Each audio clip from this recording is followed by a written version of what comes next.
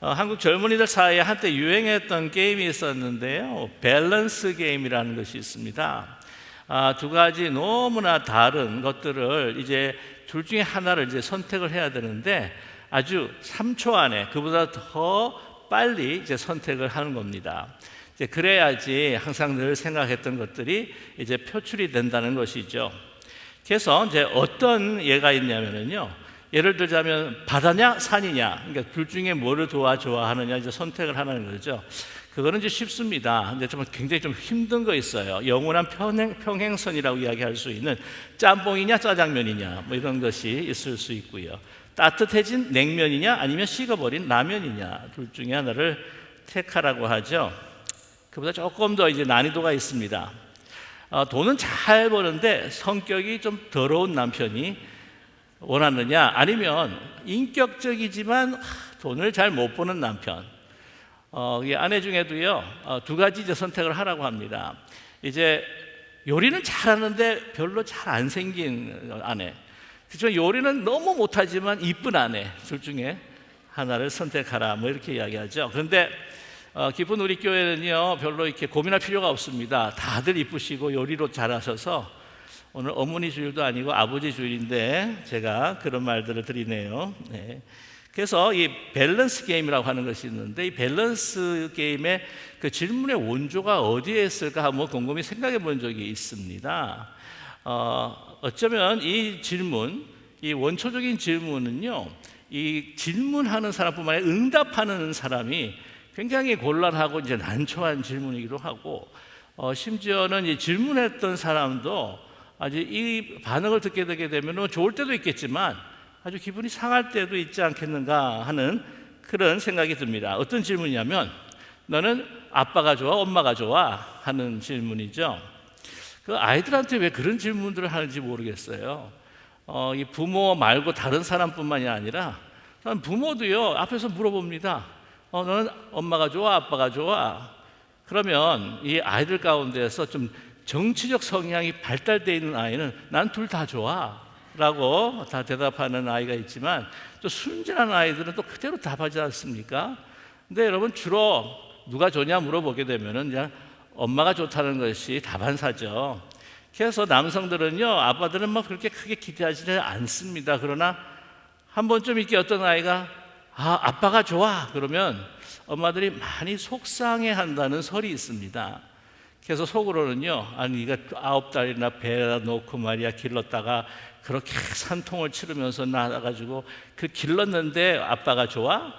그럼 이제 뒤끝이 장렬을 하는 거예요. 어떻게 장렬하냐? 그러면 네 좋은 아빠랑 같이 살아라. 그런데 너 알아둬야 될 게 있어. 너 다리 밑에서 주워왔다? 뭐 이런. 그렇게 속이 상하는 것 같아요. 그래서 이게 엄마가 좋아 물어보면은 해야 됩니다. 엄마가 좋다 해라. 엄마가 좋다 해라. 해야 될 것 같아요. 근데 이 질문이요 그렇게 그냥 지나칠 수 있는 질문처럼 들리지만 정말 아이에게는 트라우마 같은 질문이 될 때가 있습니다. 특별히 가정 법원에서 말이죠. 한국에서 한 방송에서 갤럽 조사가 있었습니다. 정말 이런 것들을 조사를 하나 봐요. 그래서 엄마가 좋으냐 아빠가 좋으냐 조사를 했더니 엄마가 좋다는 사람들이 역시 83.3%, 아버지가 좋다는 사람이 16.7%로 나와 있습니다. 아주 현격한 차이가 나왔는데요. 또 이제 질문을 했다고 합니다. 부모를 닮은 배우자 중에 이제 결혼하겠다고 하는 질문인데 아들의 경우 이제 어머니를 닮은 배우자라 결혼하기를 원하느냐라고 했을 때 그렇다고 대답한 사람이 42.9%. 그리고 반면에 어머니와 닮은 여자랑 난 결혼하고 싶지 않다 40.7%. 걔도 2.2%가 더 많다는 거죠. 이 딸들에게 물어봤답니다. 아버지를 닮은 남자랑 결혼하기 원하느냐? 그렇게 결혼하겠다 좋게 대답한 사람들이 딸들이 17.9%. 반면 아버지 닮은 배우자랑 결혼하기 싫다 대답한 사람이 65.4%가 나왔다고 합니다. 47.5%나 아버지 닮은 남자하고는 결혼하지 않겠다라고 그렇게 대답했다는 거죠. 한국만 혹시 그런가 하는 생각을 갖게 됩니다. 그래서 한번 이제 찾아보니까요, 오래전 같아요. 이 질문의 형태를 보니까 꽤나 오래전이지 않나 생각이 드는데, 네브라스카에 그 아브라함 링컨 대학이 있습니다. 소위 그 주의 이제 플래그십 같은 유니버시티인데, 거의 5만 명을 대상으로 이제 설문조사를 했습니다. 질문이 뭐냐면 아버지와 엄마가 아니고 아버지와 텔레비전. 뭘 더 선택하겠느냐, 소위 밸런스 게임을 한 거죠. 그랬더니 아버지보다 TV를 선택한 사람이 68.7%가 나왔던 거죠. 예, 그게 이제 TV라고 이야기하니까 좀 꽤 오래된 통계 같다는 생각이 들지 않습니까? 요즘 같아서는 스마트폰, 아빠냐 스마트폰이냐, 거의 이쪽이 아닐까, 스마트폰 쪽이 아닐까 하는 생각이 듭니다. 참 아버지로서는 좀 슬픈 이야기일 수밖에 없겠죠. 그러나 짐작은 갑니다. 자녀들과 다 소통은 안 되고, 또 이 자녀들과 함께한 시간들도 많지 않고, 뿐만 아니라 또한 아버지의 그 가지고 있는 가부장적인 어떤 그런 문화로 인하여서 정말 소통이 하고 단절된 그러한 아버지와 자녀들의 그런 관계일 거다 우리 짐작할 수가 있습니다. 그러므로 이 시대의 아버지는요, 반면에 외롭습니다. 당당하고 떳떳하고 싶지만 때로는 그러지 못할 때가 많습니다. 매우 위축이 될 때가 많다는 거죠. 특별히 이제 아주 활동적이고 힘이 넘쳐나는 젊은 남성 그 모습을 이제 잃어가면서 더욱더 수축이 되고 맙니다. 아버지라는 사람들요, 표현하지 않아서 그렇지 사실은 이 가정에 대해서 자녀들에서 많은 책임과 무게감을 가지고 살아갑니다.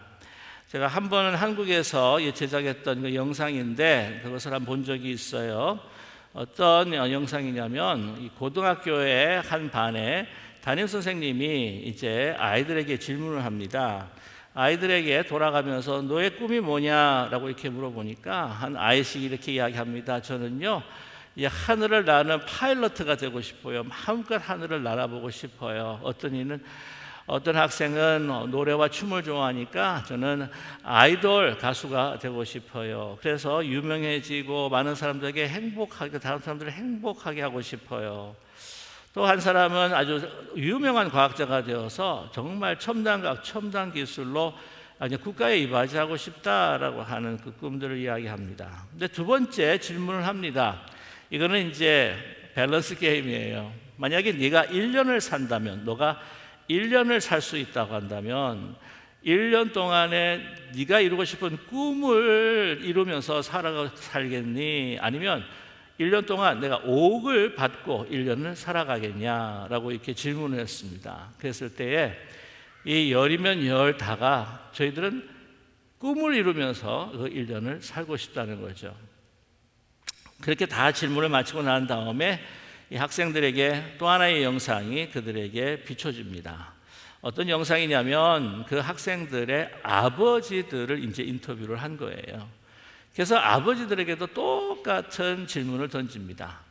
그래서 질문을 던지면서 당신의 꿈이 뭐였습니까? 라고 물었을 때에 한결 다 저희들은 젊었을 때에 둘이 나름대로 청혼의 꿈을 가지고 있었습니다. 그런데 가정을 가지고 자녀를 낳고 살아갈 때에 저희의 지금의 꿈은요, 우리의 가정이 행복해지는 겁니다. 라고 열이면 다 그렇게 이야기를 합니다. 벌써 우리 학생들의 눈을 그 영상을 보면서 눈시울이 붉어지기 시작합니다. 그래서 두 번째 질문을 던져요. 똑같은 질문입니다. 밸런스 게임처럼 이렇게 두 가지 중에 하나를 선택하라는 거죠. 1년을 살 수 있다면 자기가 젊었을 때 꿈꾸었던 그 모든 일들을 이루며 살고 싶으냐, 아니면 5억을 받고 1년을 살고 싶으냐라고 물었습니다. 그랬을 때에 열이면 열다 그 아버지가 대답합니다. 바로 5억을 받고 1년을 살겠다는 거죠. 그분들 다 이렇게 좀 유명한 분들은 아니고 소시민처럼 그냥 보통 사람 아버지처럼 보였습니다. 한 아버지가 그렇게 이야기를 해요. 저는요 이 5억을 가지고 우리 가정의 행복을 위해, 그리고 좀 경제적으로도 쪼들리지 않게 조금 더 넉넉하게 우리 가족들이 살았으면 좋겠습니다. 또 이제 한 아버지 보니까 좀 병약해 보입니다. 그래서 일을 잘 못하시고 계속 누워 계시고 가족들의 돌봄을 받는 그런 아버지처럼 보여요. 그래서 이분은 뭐라고 이야기하냐면은, 제가 몸이 약해서 늘 가족들에게 근심만 끼칩니다. 제가 1년 살 수 있을 때 5억을 받을 수 있다면 이 돈을 가지고 우리의 아이들 힘들지 않도록 대학을 갈 수 있게 하고, 또한 그들이 꿈꾸고 있었던 그 일들을 이루기를 위해서 이 돈을 사용하고 싶습니다 라고 이렇게 대답을 합니다. 그래서 그 영상들이 다 끝나치는 가운데에 아이들은요 마치 울음바다가 되어버리고 만 거죠. 그래서 결론은 그렇게 영상을 끝나게 됩니다.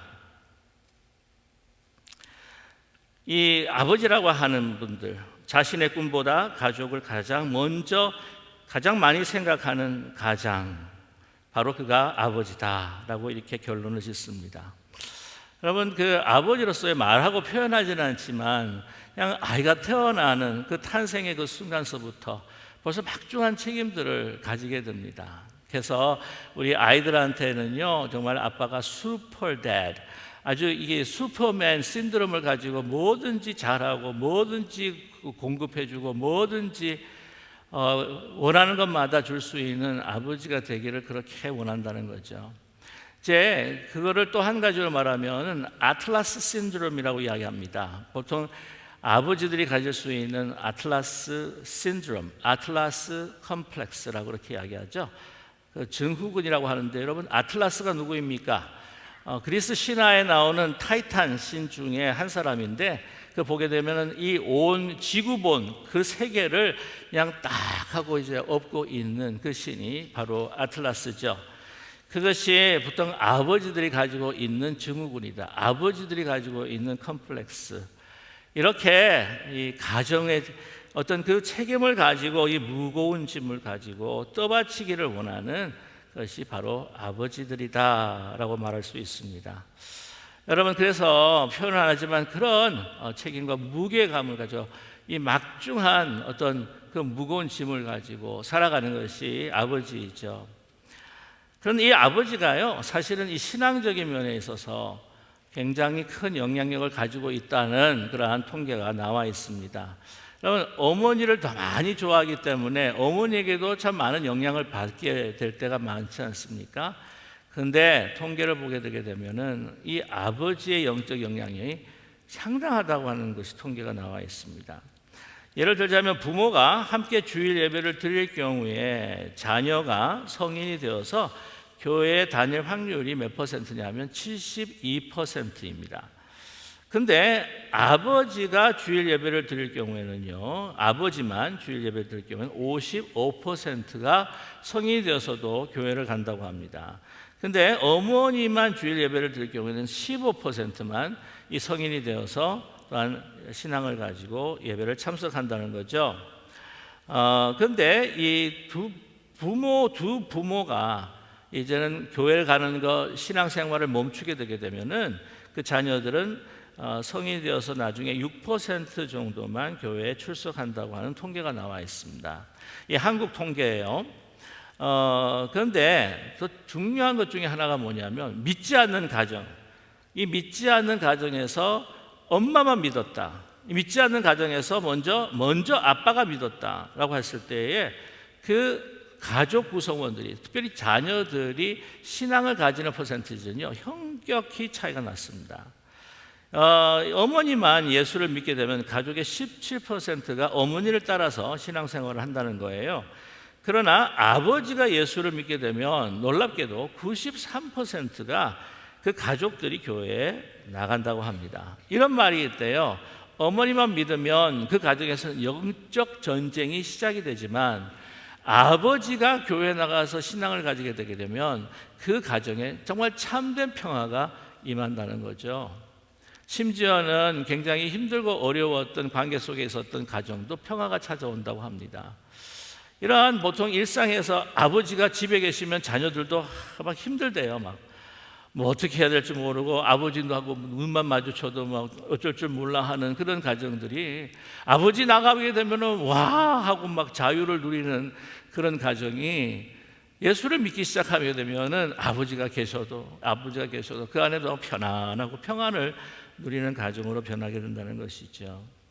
여러분, 아버지의 영향력이라고 하는 것은 사실 참 대단한 것입니다. 특별히 고대 사회에서는요, 더 영향력이 강력했습니다.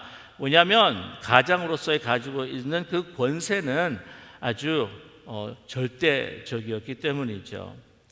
오늘 본문에 보게 되면은요, 특별히 에베소서 6장 4절에 바울이 자녀들에게 어떻게 해야 할 것을 권면하고 있을 때에 거기에는 아비만이 보입니다. 아비에게 말합니다. 그냥 어미가 없습니다. 제가 다시 한번 그 본문을 읽어드릴까요? 자녀들아, 주 안에서 너희 부모에게 순종하라. 이것이 옳으니라. 내 아버지와 어머니를 공경하라. 이것은 약속 있는 첫 계명이니 이로써 내가 잘되고 땅에서 장수하리라. 여러분, 여기까지는요 너무나도 자연스럽습니다. 왜냐하면 유대 율법에서 가르치는 하나님의 말씀이잖아요. 우리 자녀들이 부모님을 공경하는 것, 아버지와 어머니를 공경하는 것은 사실 당연한 일이죠. 왜냐하면 어머니와 아버지는 하나님이 그 사랑을 보여주시기 위한 하나님의 대리자이기 때문입니다. 부모님을 공경한다고 하는 것, 부모님을 순종한다고 하는 것, 그것은 바로 하나님을 공경하는 것이요, 하나님을 순종하는 것이죠.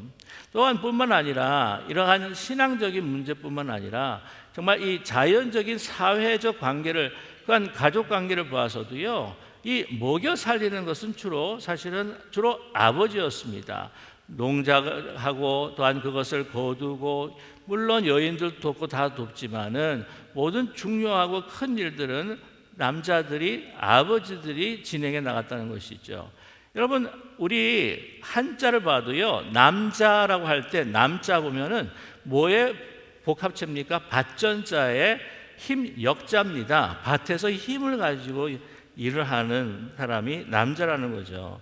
그래서 이 사회적으로도 이 경제를 가지고 있는 이 아버지에게 순종하지 않으면 정말 밥 먹기가 힘들지 않았겠습니까? 그러나 이것보다도 신앙적인 문제로 또한 하나님을 경외하는 마음으로 경외해야죠. 자, 그런데 4절을 보게 되게 되면 또 아비들아, 너의 자녀를 노엽게 하지 말고 오직 주의 교훈과 훈계로 양육하라 라고 이렇게 말씀하고 있습니다. 자, 이 말씀은요, 정말 그때 특별히 로마 제국, 헬라 문명, 문화, 그 사회에서는 너무나도 획기적인, 너무나도 파격적인 말씀이었습니다. 왜냐하면 아비들은요, 가장으로서 절대적인 권세를 가지고 아주 다른 사람들의 그 마음과 느낌, 그에 상관없이 자기가 하고 싶은 대로 그 권세를 활용하고 또한 그 권세를 부리면서 군림할 수 있었던 시대였기 때문입니다. 말하자면 자녀도 그렇고 그 아내도 그렇고 여인도 그렇고 다 자신의 소유였기 때문이었죠. 아주 강력한 가부장 제도를 가졌던 것이 로마 제국이었고 사회였습니다. 그래서 로마에서는요, 파트리아 포테스타스라고 하는 법이 있습니다. 파트리아 father 같은 기분이 들지 않습니까? 포테스타스, 권력이라고 하는 말이죠. 그래서 아비의 권력, 아버지의 권력입니다. 절대적이었습니다. 재산권만 부여받은 것이 아닙니다. 생사 여탈권, 아내와 또한 자식에 대한 생사 여탈권도 가지고 있었습니다. 그래서 아버지는요, 이 어떤 한 자녀에 대해서 불만이 있으면 그냥 의절할 수가 있습니다. 노예로 팔아버릴 수가 있습니다. 어떤 경우도 있었냐면은 아이를 낳게 되게 되면은 그 아이를 그 아버지 발밑에 놓습니다. 그러면 그 아이를 아버지가 안게 되게 되면 자녀를 삼는 것이고, 그 아이를 그 아버지가 안지 않으면은 걔는 노예 시장으로 팔리거나 아니면 그냥 익사시켜서 죽이는 그런 사회였다는 거예요.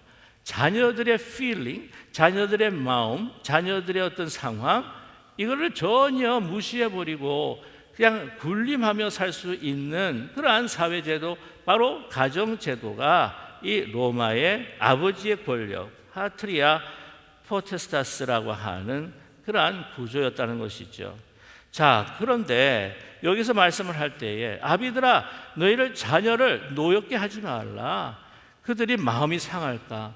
그들의 심령이 어떻게 힘들어질까? 그것을 잘 살펴가면서 또한 이 말로 저 말로 격려할 땐 격려하고 권면할 땐 권면하면서 한 인격체로 대해주라고 하는 건요, 이거는 그때 당시에 가정 구조를 완전히 파격적인 것으로 바꾸는 그러한 말씀이었다는 것이죠.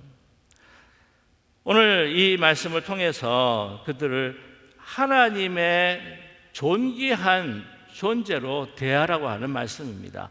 왜 그렇게 대해야 되느냐? 이 자녀들은 너의 소유가 아니라 누구의 소유다? 하나님의 소유라고 하는 거죠. 그리고 네가 가지고 있는 가부장 제도에 살고 있으면서 가장으로서 가지고 있는 그 절대적인 권세라고 하지만 그 권세를 그냥 칼을 쓰듯이 주먹을 쓰듯이 그러한 마구 남용함으로 인하여서 권세, 하나님께서 주신 가장의 권세를 권력으로 삼지 말라는 거예요. 여러분, 하나님이 주신 권세를 마구 사용하잖아요. 그게 권력이 됩니다. 근데 권력은요, 양날의 칼이 되고 말아요. 맨 처음에는 그들을 다스리고 통치하고 내 마음대로 할 수 있지만 만약에 그 권력이 딱 사라지고 난다고 한다면 어떻게 됩니까? 자기 가지고 있었던 그 힘의 논리의 기준으로 자기가 대신 평가받으면서 자기의 존재는 사라지고 만다는 거죠. 그러한 권력을 가지고 이렇게 마구 대할 때에 이 아비들이, 남자들이 이제는 성인이 되고 더 노년이 되어가지고 힘이 없을 때 어떻게 해요? 자녀들도 다른 이들도 그렇게 그 상대를 취급할 수 있다는 겁니다. 그렇지만 하나님께서 주신 이 권세, 그 당시에 주신 그 권세는 예수 그리스도께서 보여주신 하나님의 권세를 받으신 예수님께서 그 십자가의 죽음 부활을 통해서 그 제자들을 섬기신 그 섬김을 통해서 여러분 그 권세가 뭐가 되냐면 권위가 되는 거예요. 거룩한 권위가 되는 것이 바로 섬김의 권세. 그 권세를 가지고 섬길 때에 그것을 가지고 그들의 마음을 상하지 않고 마음을 돌보고 또한 우리한 양육하며 훈련하고 훈계와 양육하는 것으로 그들을 섬길 때에 그때 진정한 아버지의 모습, 하나님의 대리자의 모습이 드러나게 된다고 하는 사실입니다. 그렇게 하라는 거죠. 그럼 보통 우리 전통적으로 우리 한국 가정도 사실 그런 가부장적인 제도입니다. 보통 그러지 않습니까? 뭐 해? 그러면은 자녀들이 뭘 안 하면은 왜 안 해? 왜 해야 되는데요? I said so. 내가 말했기 때문에 해야 된다라고 그렇게 요청하지 않습니까? 그러는 가운데 우리가 이 자녀들에 대한 것에 대해서 이 부모들이 특별히 아버지들이 제일 하기가 힘든 것이 이 감정 조절, 감정 컨트롤이라고 이야기를 합니다. 한 번은요, 이 설문조사, 브레인 월드라고 하는 것을 설문조사를 했는데 부모 1,774명에게 이 아이들을 양육하는 데 있어서 제일 힘든 것이 뭐냐? 그때 자기 감정 조절이 제일 힘들다고 그렇게 고백을 했습니다. 68%가 감정 조절이 제일 힘든다는 거죠. 그래서 자기가 가지고 있는 감정들을 그대로 자녀들에게 쏟아낼 때가 너무나 많다는 거죠. 그러므로 인해서 관계가 단절이 되고, 여러분 관계가 단절이 되면요, 아무리 좋은 이야기를 해줘도 그 말이요 폭력으로 다가올 때가 많습니다.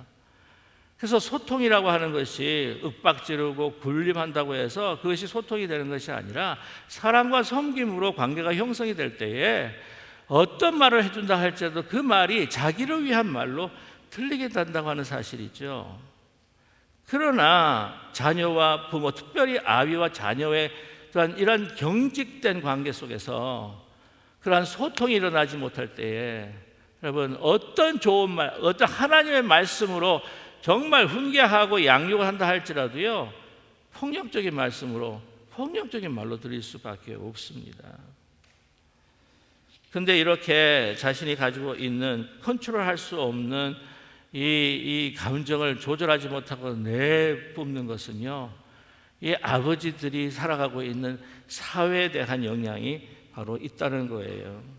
하나님의 나라의 가치와 말씀으로 그들을 양육하고 해야 될 텐데, 이게 이 아버지들이 생존을 위한 아주 적자 생존의 이 세상을 살아가면서 거칠고 정말 힘들고 어려운 전쟁을 하면서 살아가는 가운데에 이 자녀들에게 와서도 그 거침없이 그 가치를 쏟아 붓게 된다고 하는 겁니다. 아니, 네가 이렇게 하면 되겠니? 너 깡통 차고 싶으니? 세상이 만만한 줄 알아?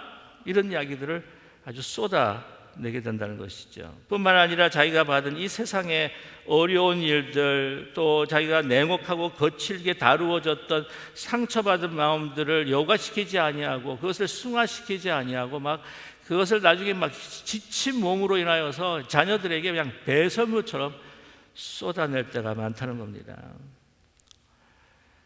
그래서 참 조심해야 됩니다. 우리가 우리 아버님들, 아버지들에게는 참 그게 쉽지가 않아요. 그러나 항상 집에 들어갈 때도 내 마음에 있는 혹시 어둠이 있을지, 내 마음 가운데 있는 이 세상에 받은 상처가 있는지, 그것들을 하나님의 영광의 빛으로, 하나님의 그 사랑으로 씻어내리기 위해 사실은 집으로 돌아가는 그 가운데서도 기도하고 말씀을 다시 상기하고 묵상하고, 내가 어떻게 아이들을 만나고 자녀들, 우리 가족들을 만나면 어떻게 대할 것인지 다시 한번 하나님 앞에 기도하는 시간들이 필요하다고 하는 것입니다. 여러분, 예민하고 연약한 아이들, 우리가 잘못하면 우리의 말이 아주 거친 말로, 우리의 무감각하고 무관심한 우리 딱딱해진 마음으로 그들을 함부로 대할 수 있다고 하는 사실이죠. 여러분, 참된 아버지의 모습을 지키기 위해서 이러한 일들을 우리가 금하면서 하지 말아야겠고요. 또 해야 할 것은 오늘 말씀 가운데 교훈과 오늘 말씀 가운데에 오늘 교훈과 훈계로 양육해야 된다고 말씀하고 있습니다. 자, 교훈이라고 할 때에 헬라 말로는 파이데이아라고 하는 말을 씁니다. 소위 트레이닝, 디스플린, 훈련을 이야기하는 의미가 있고요. 또한 오늘 말씀 가운데 훈계라고 하는 것은 나우세시아라고 하는 히람 말로 어떤 말이냐면은 권면, 어떻게 잘못된 길로 갔을 때에 그를 좋은 길로, 바른 길로 인도해 줄 수 있는 이제 권면이 필요한데, 여러분들이 훈련한다고 하는 것, 트레이닝 한다고 할 때에 여러분 같이 이렇게 막 보면은, 우리가 달리기 선수 같은 경우에 트레이닝 할 때 보게 되게 되면은 이 코치 같은 경우에 막 서서 움직이지도 않고 훈련하지 않고 그 선수와 함께 자전거를 탈지언정 함께 같이 이렇게 동행하는 모습들을 우리가 보게 된다는 거죠. 확실히 이러한 교훈과 훈계라고 하는 것, 이것은 함께 우리가 훈련을 받고 하나님 말씀으로 훈련받고, 내가 그 훈련받고 내가 그 말씀으로 묵상하고 내가 그것으로 실천하고 가는 그러한 삶의 모습들을 보여줄 때에, 여러분, non-verbal expression, 우리가 언어로 표현하는 그러한 우리의 삶의 모습이 더 강력하게 그들의 마음에 심어질 수 있다고 하는 사실입니다. 아니, 아이가 공부 안 한다고 자기는 막 TV 보고 또는 다른 유튜브 보고 하는데, 야, 왜 공부 안 해? 왜 책 안 읽어? 라고 한다고 한다면 이거는 그 아이가 훈련받을 수 있는 그런 마음들을 가질 수 없다는 것이죠. 하나님의 사랑의 인격체로 자랄 수 있도록 여러분, 그 교훈과 이 훈계라고 하는 것은 그에게만, 이 자녀에게만 집중적으로 그것을 강요하는 것이 아니라 나도 함께 같이 하는 모습들을 보여줘야 할 필요가 있다는 것을 우리에게 말씀하고 있습니다. 어떤 분이 그런 이야기들을 하시는 것 같아요. 목사님, 이제는요, 저도 나이가 다 들고 나이도 늙고 우리 애들은 다 장성을 해가지고요, 요즘은 누가 부모고 누가 자녀인지 저도 잘 모르겠습니다. 우리 자녀들이 부모 노릇하고 있어요. 나보고 이거 아버지 이거 하지 마세요. 이거 꼭 하세요. 하고 이렇게 말한다는 거예요. 그러니 제가 무슨 영향력이 있겠습니까? 아닙니다. 여러분, 우리는요, 우리가 힘이 없다 할지라도 하나님께 주신 그 놀라운 주님께서 주신 그 선물, 능력, 바로 기도로 우리 자녀와 자녀손들을 축복할 수 있습니다. 우리의 가진 그 언어로 그들을 축복할 뿐만 아니라 힘들고 어려운 일을 다시, 자녀들을 다시 세울 수 있는 그러한 하나님께서 주시는 그 믿음으로 우리가 무장할 수 있다고 하는 사실이죠. 그래서 우리를 통하여서 정말 우리 아버지는 하나님의 사람이었다라고 하는 고백이 나올 수 있을 때에 그것이 진정 참으로 아버지의 참된 아름다운 모습이 아니겠는가 하는 생각을 갖게 됩니다. 저는요, 참 하나님 앞에 너무 감사하고 제 삶이 복되었다고 말할 수가 있는 것은 민망하지만, 저희 아버님을 자랑하는 것 같아서 좀 민망하지만, 저는 정말 자녀를 사랑하는 그 아버지를 제가 두었고, 또 하나님을 정말 사랑하고 그 이웃들을, 가난한 이웃들을 보면서 눈물을 흘리시고 기도하시고 베푸시고 나누시는 그 아버님을 정말 제 아버님으로 두었다고 하는 것이 얼마나 감사한지 모릅니다. 저는 이 세상에서 제일 존경하는 분이라고 한다면, 물론 이순신이 있고 세종대왕도 있지만은 저는 제일 존경하는 분이 제 아버님입니다. 그래서 아버지를 생각하게 되게 되면 아버지의 사랑이 어떤 것인지 제 가슴에 다가와요. 제가 하나님을 만나고 그리스도의 사랑을 제가 느끼고 주님을 영접할 수 있었던 것도, 아마 쉽게 그렇게 영접할 수 있었던 것도, 물론 고난의 과정이 있었겠지만 저희 아버님을 생각할 때에 정말 저는 하나님 아버지를 또한 떠올릴 수 있기 때문입니다. 저는 바람이 하나가 있습니다. 그 어떤 것보다도 제 두 딸이 저한테 아버지 사랑합니다, 존경합니다, 아버지의 모습을 볼 때 하나님을 발견합니다. 저는 진짜 그 말을 듣고 싶어요. 그럼 저는 인생을 성공했다고 저는 말할 수가 있습니다. 저와 여러분, 특별히 아버지 이때까지 너무너무 수고하셨는데 아직도 늦지 않았습니다. 목사님, 저 이때까지 다 살아왔고 이제 조금 늦은, 아니에요. 다시 하나님께 주신 그 아름다운 신앙과 그 기도의 모습, 말씀의 모습으로 여러분 우리 돌아갈 수 있는 아버지가 되기를 소망합니다. 그래서 자녀와 자손들이 봤을 때 우리 할아버지가 달라졌어요. 왜, 여러분 아시잖아요. 우리 아이가 달라졌어요 하고 TV 프로그램이 있었는데, 그게 아니라 우리 할아버지가 달라졌어요. 기도하는 할아버지. 말씀을 할 때 옛날에는 감사하게 하나 불평하시고 뭐 하시는데 그 말씀에 늘 감사가 넘치고 우리를 축복해 주시고, 이제 우리 할아버지 모습에서, 우리 아버지 모습에서 하나님의 사랑의 모습이 보여요 라고 하는 말을 들을 수 있는 우리 모두가 우리 아버지들이 되시기를 간절히 소망합니다. 그러기에 여러분, 하나님께서 우리에게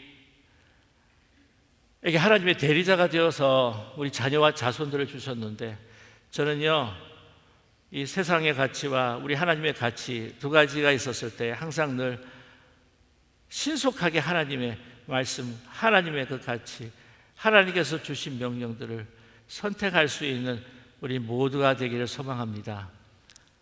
내가 하나님의 아들입니다, 하나님의 자녀입니다, 그러면서 선택할 것뿐만 아니라, 주님, 제가 아버지입니다, 제가요 할아버지입니다.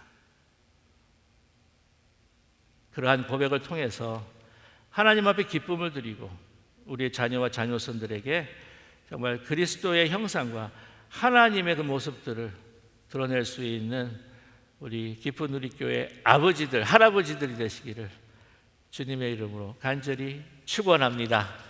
기도하겠습니다.